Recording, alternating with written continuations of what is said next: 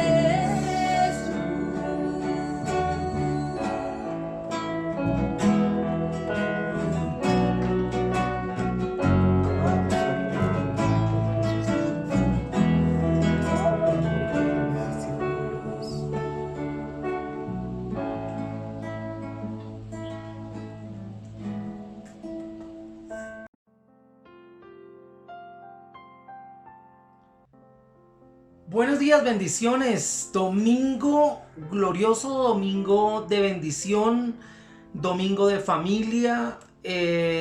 Hoy un día especial para todos nosotros. Le doy gracias a Dios porque hoy muchas iglesias han podido reaperturar sus cultos presenciales y pido a Dios para que cada persona que allí llegue sea bendecida y sobre todo pueda sentirse nuevamente en casa. Bueno, nosotros todavía nos tenemos que esperar un poquito. Estamos haciendo las cosas de la mejor manera, con excelencia, para que cuando nos toque a nosotros volver allí a nuestra iglesia de manera presencial, lo hagamos de manera extraordinaria. Por ahora nos acogemos a la norma, a la ley, al cuidado, a ir sumando todas las cosas que necesitamos para hacerlo de la mejor manera. Hoy una palabra de Dios para tu vida bien especial. He llamado el mensaje de hoy o lo he titulado Viviendo en la burbuja. Cuando nosotros examinamos los primeros siglos de la historia de la iglesia, encontramos que los antiguos cristianos, los líderes de esa naciente iglesia, fueron mal interpretados por los que los veían desde afuera. Por ejemplo, se pensaba que la iglesia practicaba el canibalismo. ¿Y por qué? Porque se corrieron rumores acerca de los cristianos, que los cristianos bebían la sangre y comían el cuerpo de Cristo cuando celebraban la Santa Cena. Entonces por eso se pensaba que eran caníbales, pero no era solamente eso, también se pensaba que en la iglesia practicaban el incesto. Porque a partir de ese momento, si ustedes recuerdan, donde empezamos a llamarnos cristianos allí en la iglesia de Antioquía, las personas podían oír a los cristianos llamarse unos a otros como hermanos y hermanas, incluyendo las parejas casadas que habían en ese tiempo. Se veían a sí mismos como hermanos y de pronto no se trataban, digamos, públicamente como mi esposo, mi esposa, sino que también se decían hermanos. Entonces pareciera que allí los de fuera de la iglesia, al oír a esas personas que eran una pareja cristiana llamarse hermano y hermana, pues digamos que pareciera que biológicamente también lo fueran, y eso los hacía pensar a los de afuera que ellos estaban cometiendo incesto. Pero no solamente eso, también había algo más que veían los de afuera que estaban de pronto mal visto. Entonces la iglesia estaba compuesta de ateos. Imagínese usted.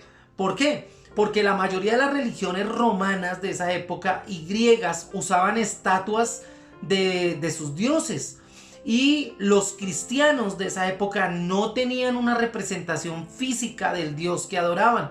Entonces fueron acusados de ateos. Inclusive había un lugar vacío y la inscripción que había allí abajo era al Dios no conocido, y no había una estatua, porque pues obviamente nosotros estábamos cumpliendo al pie de la letra de lo que decía Éxodo capítulo 20 y Deuteronomio capítulo 5, de que no nos haremos imagen de lo que está arriba en el cielo, bueno, etcétera, todo lo que dice ese pasaje en su conjunto. Entonces, cuando oyeron el nombre de Jesús, entonces fue como si estuvieran hablando de un amigo. Y aquí ya quiero de pronto empezar a darle fondo a este mensaje, y es que durante muchas veces yo he podido preguntar a mis estudiantes, soy profesor de profesión, y siempre consulto a mis estudiantes qué piensan de Jesús. Y la mayoría de ellos, digamos, hacen comentarios como que él es bello, que es un hombre sabio, que él vino para liberar inclusive a los esclavos, a las mujeres, a los que estaban en dificultad. Inclusive hay estudiantes que dicen yo quiero ser como él. ¿Sí? Cuando han oído o han leído de Jesús, ese Cristo amoroso, ese Cristo sanador, ese Cristo que muchos de nosotros conocemos. Inclusive alguna vez una estudiante me dijo, pues la verdad yo no creo mucho, pero he estado a punto de volverme cristiana. Ojo, hablando de Jesús. Y bueno, y hay inclusive estudiantes que son cristianos y también tienen declaraciones como que ellos aman profundamente a Jesús. Pero sabe, tristemente esos mismos estudiantes, cuando cambio o varío un poquito la pregunta, con respecto al cristianismo y a la iglesia, las respuestas de estos estudiantes empiezan a ser diferentes. Las expresiones de esas mismas personas, incluso esas que nos dijeron que amaban a Jesús, cambia drásticamente cuando el tema se centró en la iglesia y justamente en el cristianismo como tal, como religión o como grupo de personas. Entonces empiezan a escribir o a decir cosas como la iglesia estropea las cosas, hablando de la institución. También dicen, por ejemplo, que la iglesia tomó las enseñanzas de Jesús y las convirtieron en reglas que nadie puede seguir, en dogmas que nadie puede vivir de manera correcta. Dicen, no, los cristianos no aplican el mensaje de amor que Jesús nos dio, hablando de la iglesia como lugar donde se asiste. Se sienten excluidos, dicen que se siente raro porque a veces la gente ni los saluda. Inclusive uno de ellos decía, no, estos cristianos a todos hay que fusilarlos, porque todos son amargados, todos son serios, todos quieren prohibirle todo a uno. Entonces, mire la diferencia tan grande que hay entre lo que piensan las personas de Jesús y lo que piensan de la iglesia, lo que piensan de la institución como tal. Entonces nosotros, y pensando en esto y en mi clase de ética, refería yo una frase con la que hacía todo el desarrollo de una clase, sobre todo con los de 10º y de 11, y yo les decía, ¿qué piensan de esta frase que dijo Gandhi? Gandhi decía que me gusta vuestro Cristo, no me gustan vuestros cristianos. Vuestros cristianos no se parecen mucho a vuestro Cristo. A veces nosotros estamos tan consumidos en las reuniones, en los programas de iglesia, que no nos queda tiempo para hablar con las personas a quienes les gusta Jesús. Y normalmente lo que nosotros estamos preocupados por hacer a veces es llevar la gente a la iglesia, es llevar la gente a Jesús. Y está mal planteado esta cuestión, porque lo que la palabra habla es de que somos nosotros los que somos imagen de Cristo y somos nosotros los que debemos ir a ellos. Es Jesús quien vino a nosotros, no nosotros a Jesús. Fue Él el que nos buscó, fue Él el que nos llamó, fue Él el que nos recuperó, fue Él el que nos sanó, el que nos liberó, fue Él el que vino a nosotros. Yo quiero poner varios ejemplos y ahora sí comienzo con el tema central de la predicación, y es, por ejemplo, Jesús a quienes impactó profundamente yendo a ellos. Entonces, un primer caso es el caso de Mateo. En tiempos antiguos los publicanos recaudaban impuestos y, sin embargo, en Lucas capítulo 3 y en el versículo 13 vemos cómo ellos cobraban más de lo que estaba ordenado, y por lo cual muchos de esos recaudadores de impuestos eran ricos, pero no eran muy apreciados por las personas, pues por obvias razones, ¿no? Dice Mateo capítulo 9, versículo 9, pasando Jesús de allí, vio a un hombre llamado Mateo, que estaba sentado en el banco de los tributos públicos, y le dijo, sígueme, y se levantó y le siguió. Mateo no fue a donde estaba Jesús, fue Jesús el que llegó al lugar donde él estaba y le dijo, sígueme. Entonces, considere usted lo siguiente: abandonar usted su trabajo, su sustento propio, y seguir a un hombre con recursos nulos, pues no es algo que comúnmente se hace. Algo tuvo que darse en el interior de Mateo para que lo llevara a ese nivel de obediencia.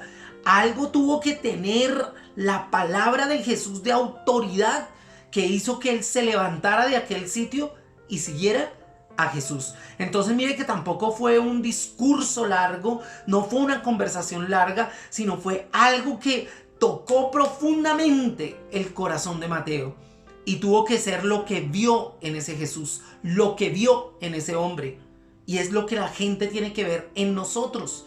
Pero no solamente ese caso. Ustedes recuerdan el caso del endemoniado gadareno, que está allí en Lucas capítulo 8 del 26 al 39. Mire lo que pasa allí. Hay un hombre de la ciudad que estaba absolutamente endemoniado desde hacía mucho tiempo. Dice la palabra que no vestía ropa, o sea que estaba en peloto, desnudo. No moraba en ninguna casa, sino que estaba entre los sepulcros. Allí estaba él. Aparte de eso, al ver a Jesús, este hombre, este endemoniado, se siente grandemente atormentado, pero reconoce que es el Hijo del Dios Altísimo. Este hombre era atado con cadenas, con grillos en sus pies, pero él la rompía. Imagínense la fuerza que tenía, y era llevado por muchos demonios que moraban en él y no lo dejaban tranquilo. Entonces pasa algo. Mediante el poder de Jesús, mediante la presencia de Jesús en aquel lugar, los demonios son obligados a dejar esa su casa, esa su morada en el hombre. ¿Y sabe qué hacen? Los demonios se van, piden permiso para ir a un hato de cerdos, los cuales se precipitan por un despeñadero al lago y quedan todos ahogados. Pero mire lo que provocó la presencia de Jesús, de que ese hombre fuera libre. Él fue al endemoniado, y la sola presencia de él hizo que hubiese libertad para aquel hombre. Pero no podemos dejar ahí solamente. Hubo un caso allí en Juan capítulo 4 que es muy conocido por todos, y es el de la mujer samaritana. Allí hay una conversación entre Jesús y una mujer.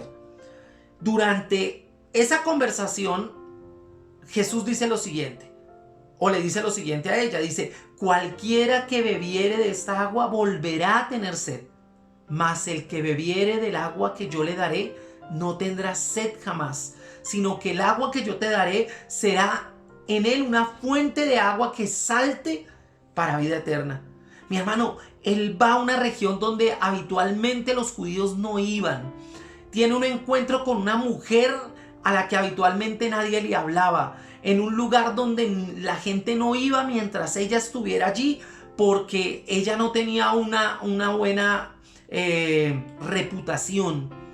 Era una mujer que todos echaban a un lado, pero Jesús fue a ella. Jesús la confronta, tiene una conversación con ella, le habla sobre su pecado, sobre la vida de adulterio que ella había llevado, y digamos que había tenido ya 5 maridos. O sea, la confronta de una manera durísima. Más adelante, cuando él le declara que él es el Mesías, es decir, que él es el enviado y que él sabe todo lo que estaba pasando en su vida, ¿sabe qué hace la mujer? Se arrepiente de su pecado, deja lo que está haciendo, interrumpe la conversación que estaba teniendo con Jesús y sale corriendo y va a la ciudad a testificar acerca de este hombre que ha venido a ella, que la ha confrontado y que ahora la hace sentir libre de su pecado, libre de su culpa. ¿A usted no le parece eso maravilloso?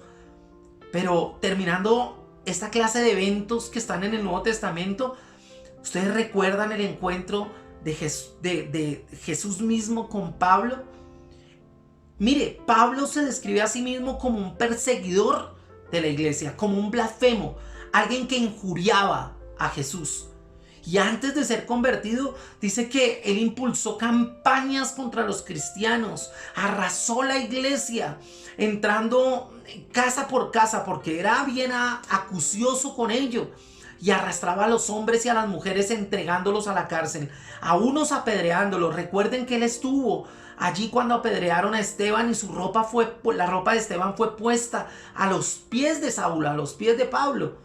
Entonces usted tiene que darse cuenta que Saulo fue llamado después Pablo, consentía en su muerte, y los que mataron a Esteban a punta de piedras, digamos que hicieron lo que más triste podría ser para cualquier cristiano. Fue desnudado, y como prueba de lo que habían acabado de hacer, le colocaron esas ropas allí a él. Sin embargo, allí en el capítulo 9 de Hechos de los Apóstoles se narra el encuentro que tiene con Jesús. Mire lo que dice el versículo 20 del capítulo 9 de Hechos. Dice: enseguida predicaba Cristo en las sinagogas diciendo que este era el Hijo de Dios. Él se encuentra con Jesús, es llevado a Damasco, y enseguida empieza a predicar a Jesús. No esperó, empezó a aprender. Dice que duró 3 años en aquel lugar. Pero allí más adelante en el versículo 21 y al 23 dice: y todos los que lo oían a Pablo estaban atónitos y decían: ¿no es este el que asolaba en Jerusalén a los que invocaban este nombre? Y a eso vino acá, para llevarlos presos ante los principales sacerdotes. Pero Saulo mucho más se esforzaba y confundía a los judíos que moraban en Damasco, demostrando que Jesús era el Cristo. Pero pasados muchos días, los judíos resolvieron en consejo matarle. ¿Sabe? Un hombre que había perseguido a Jesús, un hombre que era inclemente con los cristianos, un hombre que hacía cosas increíbles persiguiendo a la iglesia, ahora se había encontrado con Jesús y su vida había sido cambiada absolutamente 180 grados. A los que antes perseguía, ahora los acompañaba predicando el evangelio. A esos que antes él mataba, ahora él guardaba con su propia vida para que pudiesen predicar el evangelio por todo el mundo conocido. Hermano, eso es absolutamente maravilloso. Pero sabe, la iglesia ha perdido su horizonte. La iglesia ha perdido su norte. Y yo quiero hablarle de las 4 fases que yo mismo he vivido dentro del cristianismo, haciendo como una reflexión y un resumen de lo que quizás a muchos les pasa dentro del cristianismo. ¿Cuál es la fase 1? La fase 1 es cuando nos hacemos cristianos. Muchos nos hemos hecho cristianos y podemos recordar perfectamente el momento cuando depositamos nuestra fe en Cristo, cuando Cristo tocó lo profundo de nuestro corazón, cuando entendimos la gracia de Dios y experimentamos la emoción y el gozo de aprender cosas nuevas en la Biblia, de conocer gente maravillosa, de conocer gente muy linda, de conocer otra forma de vivir, ¿verdad? Pero entramos a una fase 2. Y esa fase 2 es hacernos miembros de una iglesia.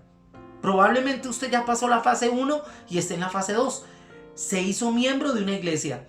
Allí nos involucramos con un grupo de personas a las que llamamos iglesia. Cultivamos la relación con personas amigas cristianas y participamos en todas las actividades de la iglesia con ellos. Y mire que cuanto más tiempo pasamos siendo cristianos, menor es el número de amigos que tenemos que no son cristianos. Probablemente por 2 razones. Una, porque sintamos que las personas que antes eran nuestros amigos no son las personas que nos convienen. Pero otra, porque de pronto dentro de la misma iglesia nos han enseñado que nosotros tenemos que alejarnos de ellos, que eso es mundano, que eso no debemos hacerlo. Es probable que así sea. Y aunque con frecuencia nosotros los cristianos trabajamos con personas que no son cristianas, tenemos vecinos que no son cristianos, o vamos a la universidad o al colegio y nos sentamos al lado de personas que no son cristianas, tendemos en general a no hacernos ya amigos de ninguno de ellos.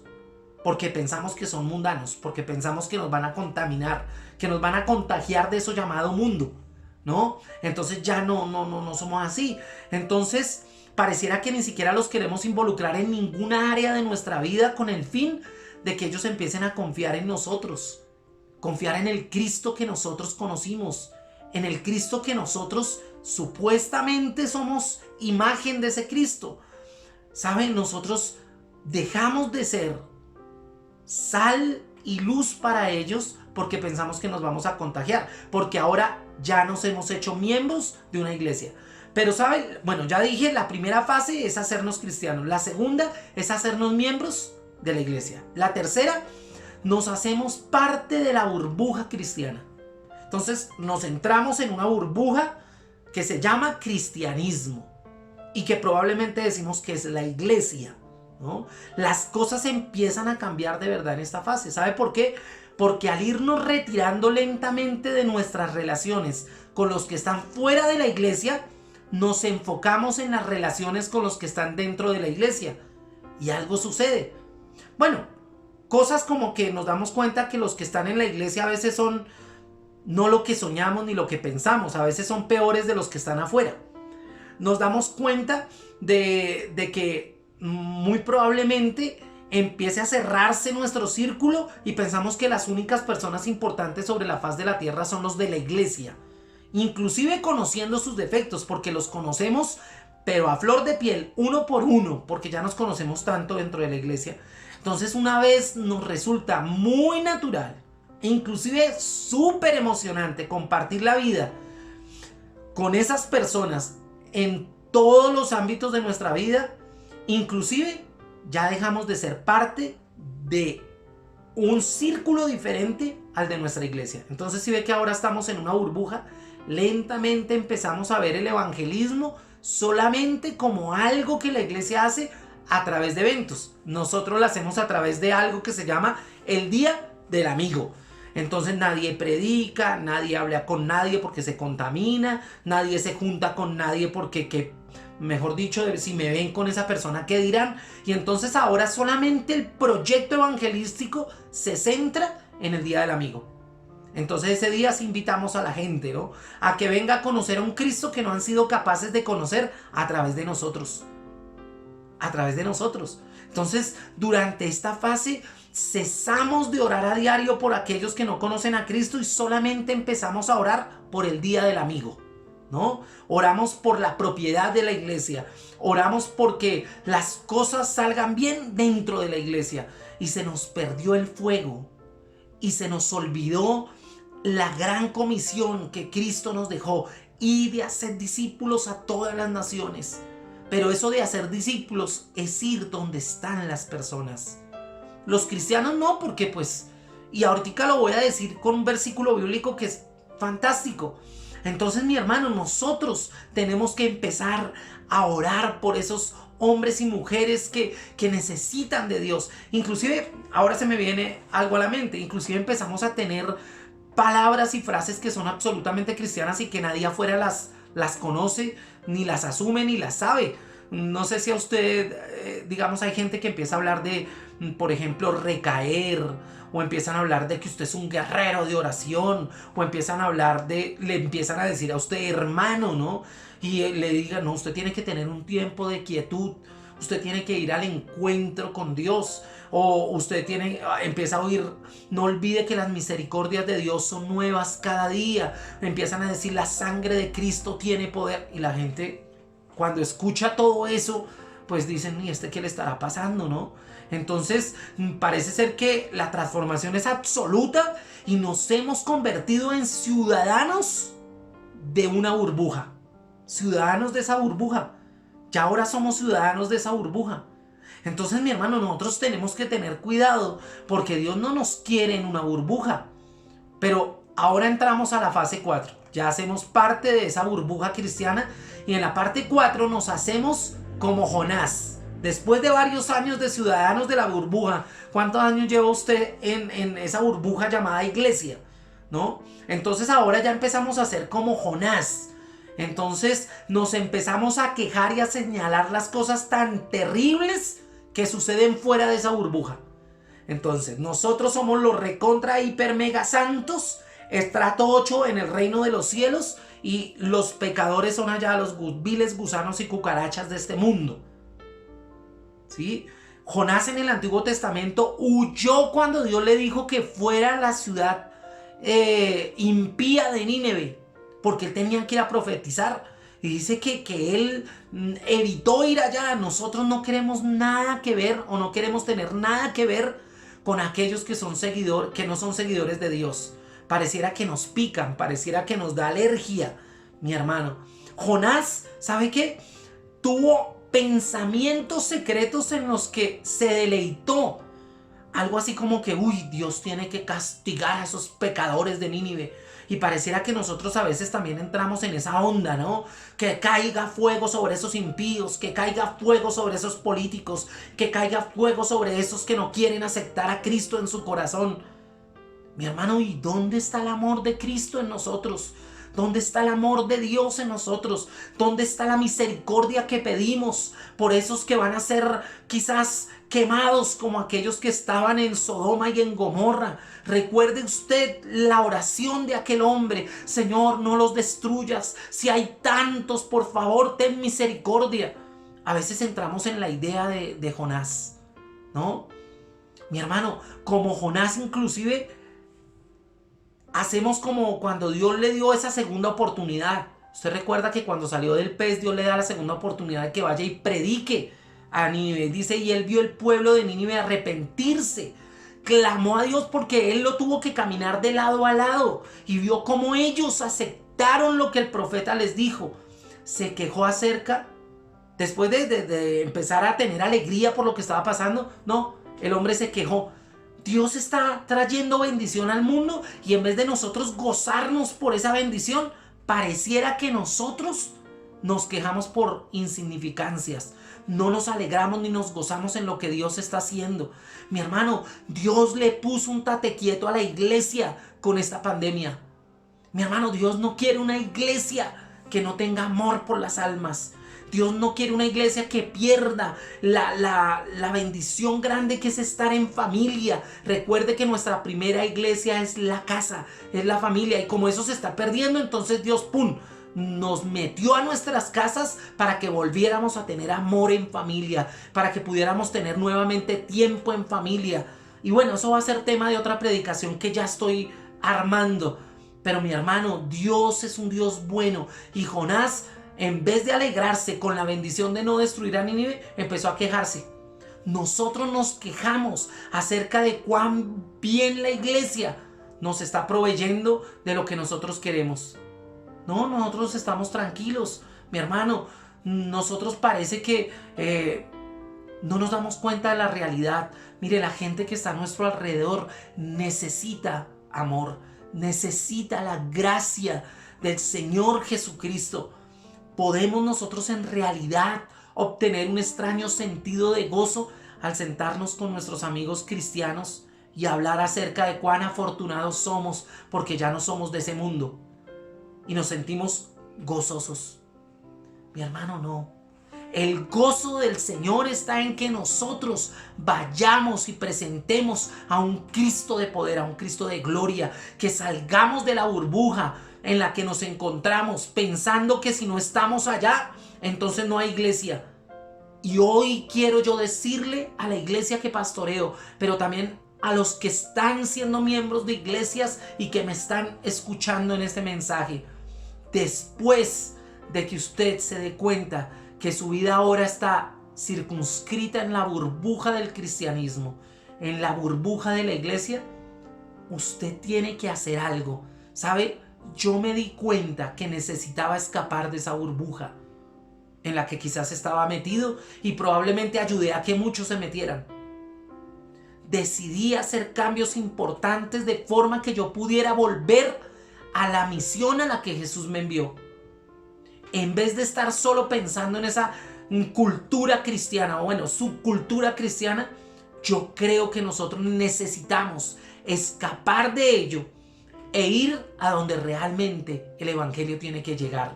Necesitamos a edificar donde nadie quiere edificar.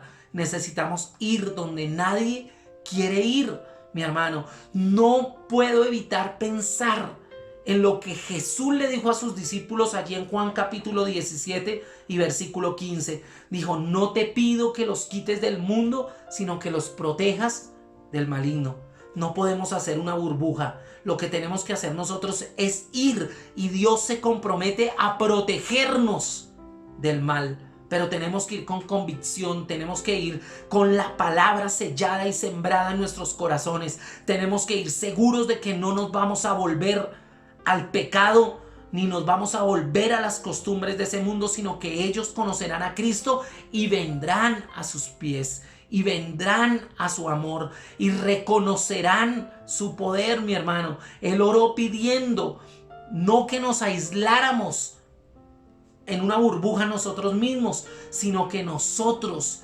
fuésemos a que muchos se volvieran parte de la iglesia, esa por la que Él murió, esa que Él amó, a esa a la que Dios le está preparando morada allá en el cielo.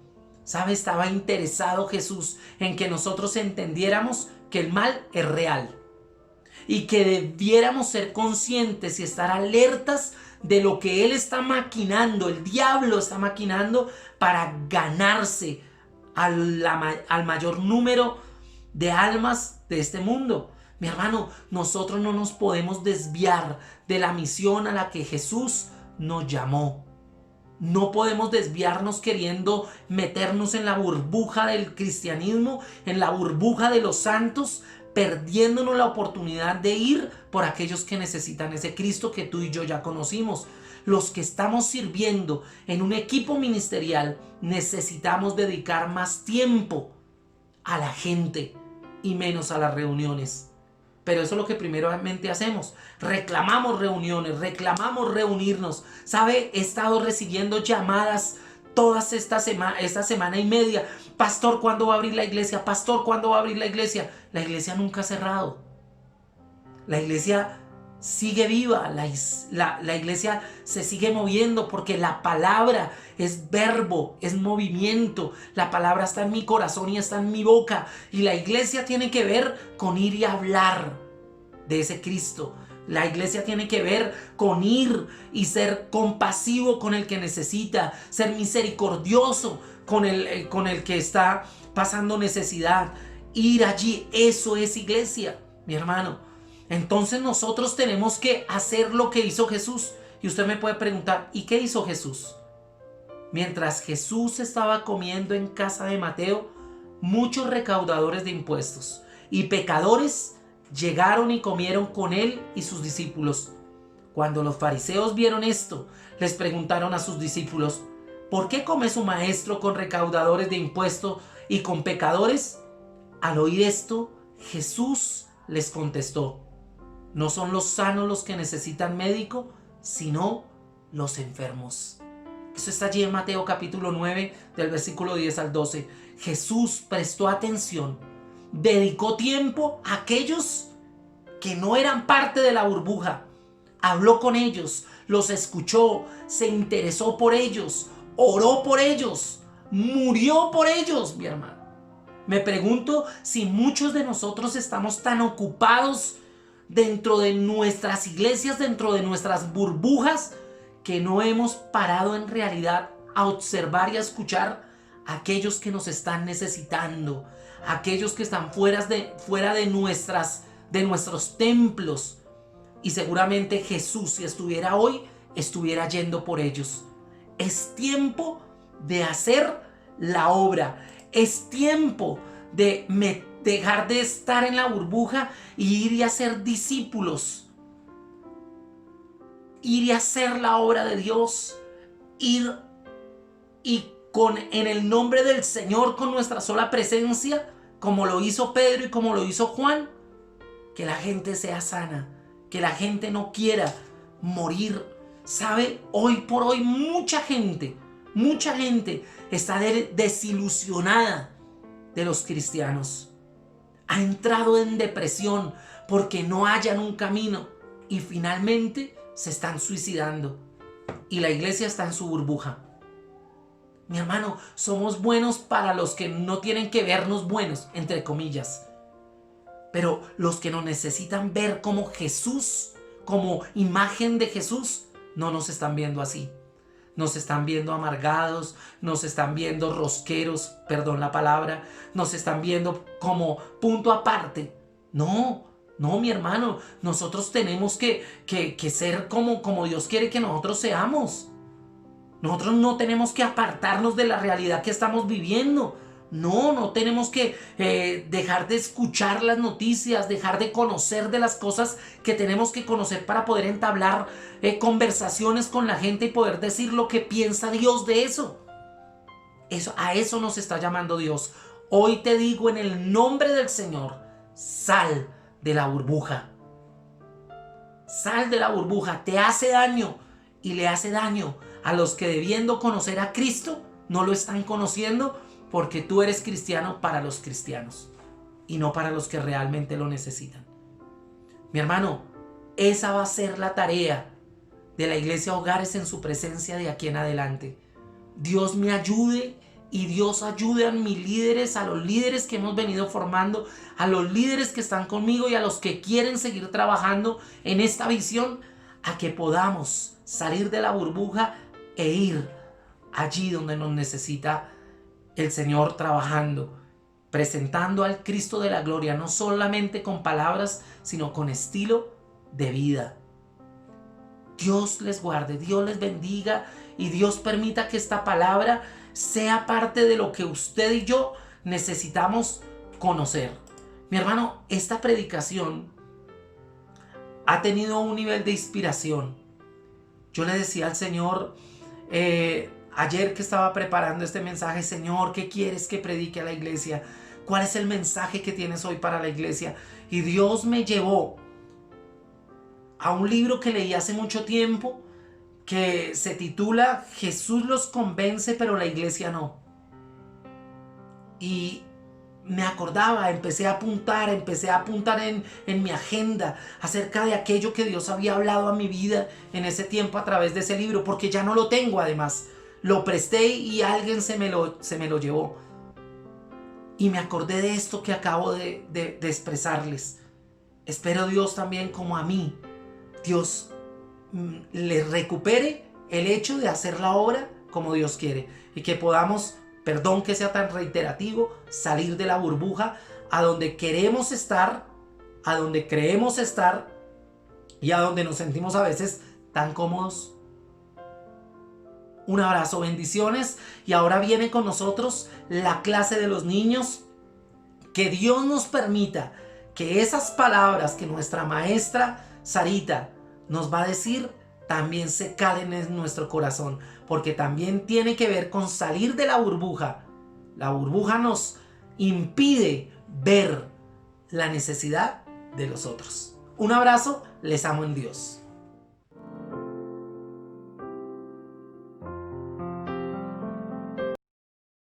Hola niños, Dios los bendiga, me alegra tenerlos un día más aquí con nosotros compartiendo la palabra de Dios. Así que espero que hoy aprendamos mucho juntos. Les tengo una invitada muy especial. Hola, soy Luciana. Ella es Luciana y ella nos va a acompañar en nuestra clase del día de hoy. Así que acompáñennos. Bueno niños, y nuestra clase del día de hoy se titula El Buen Samaritano y podemos encontrarla en la palabra de Dios en el Evangelio según San Lucas, el capítulo 10 del versículo 25 al 37. Así que comencemos. Un maestro de la ley se acercó a Jesús para ver si él podía responder una pregunta difícil. Le dijo: Maestro, ¿qué debo hacer para vivir por siempre? Jesús le contestó: ¿Sabes lo que dice la ley de Dios? El maestro de la ley respondió: La ley dice, ama al Señor tu Dios con todo tu corazón, con toda tu mente y con todas tus fuerzas, y ama a tu prójimo como te amas a ti mismo. Muy bien, respondió Jesús, haz todo eso y vivirás por siempre. Pero el maestro de la ley no quedó satisfecho con la respuesta de Jesús e insistió: ¿Y quién es mi prójimo? Entonces Jesús le contó una historia. En una ocasión, un hombre iba de Jerusalén a Jericó. En el camino lo asaltaron unos ladrones que después de golpearlo le robaron todo lo que llevaba y lo dejaron medio muerto. Miren, acá. Lo golpearon. Por casualidad, por el mismo camino pasaba un sacerdote judío. Al ver a aquel hombre, se hizo a un lado y siguió su camino. Lo mismo hizo otro levita de los que ayudaban en el culto. Al acercarse al lugar y al ver al hombre, se hizo a un lado y siguió su camino. Tampoco lo ayudó, miren. Pero continuemos la historia. Pero también pasó por allí un extranjero de Samaria, y al ver a aquel hombre tirado en el camino, tuvo compasión. Se acercó, curó sus heridas con vino y aceite y le puso sus vendas. Lo subió sobre su burro, lo llevó a una posada y allí lo cuidó. Al día siguiente, el extranjero le dio dinero al encargado de la posada y le dijo: Cuida bien a este hombre, y si el dinero que le dejo no alcanza para todos los gastos, cuando yo vuelva le pagaré lo que falta. Entonces dijo Jesús al maestro de la ley: A ver, dime, de los 3 hombres que pasaron por el camino, ¿cuál fue el prójimo del hombre maltratado por los ladrones? El que se preocupó por él y lo cuidó, contestó el maestro de la ley. Jesús le dijo: Ve y haz tú lo mismo. Amén. ¿Ven la importancia de siempre ayudar a los demás? ¿No les parece asombroso lo que hizo este extranjero de Samaria, que ayudó sin importar y quizás sin conocerlo? Así que esto debemos hacerlo tú y yo. Así que te invito a que ayudemos siempre, siempre, siempre que podamos hacerlo. Porque esto es lo que Dios quiere de nosotros, que podamos ayudar siempre a los demás. Bueno, pero no olvidemos los 2 mandamientos de los que dependen toda la ley. Y Lucy nos los va a mostrar. A ver, y los vamos a decir juntas. Bueno, ama al Señor tu Dios. Ama al Señor Muy bien. Con todo tu corazón, con todo tu corazón, con toda tu mente con toda tu mente, y con todas tus fuerzas. con toda tu fuerza. Muy bien, no lo olvidemos. Y nuestro segundo es, ama a tu prójimo. Ama a tu prójimo, ¿Cómo te amas? como él ama A ti a ti mismo. mismo. Muy bien, así que no olvidemos estas 2 cosas, chicos, que son muy importantes. Y no olvidemos que debemos ser como el extranjero. ¿Cómo, Lucy? Como el tajero. Muy bien, chao, niños. Chao, niño.